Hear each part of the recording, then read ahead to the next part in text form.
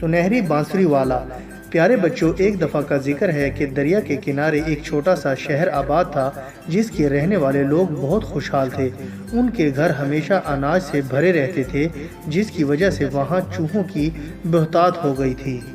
چوہوں کی وجہ سے لوگ بہت پریشان ہو گئے۔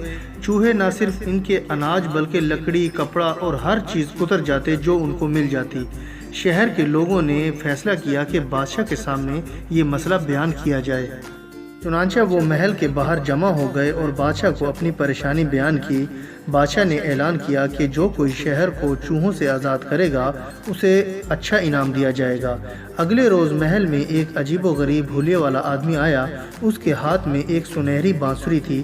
اس نے بادشاہ کو کہا کہ میں اس شہر سے چوہوں کو بھگا سکتا ہوں، مگر اس کے لیے انعام کے طور پر آپ کو مجھے 1000 اشرفیاں دینی ہوں گی۔ بادشاہ نے اس سے وعدہ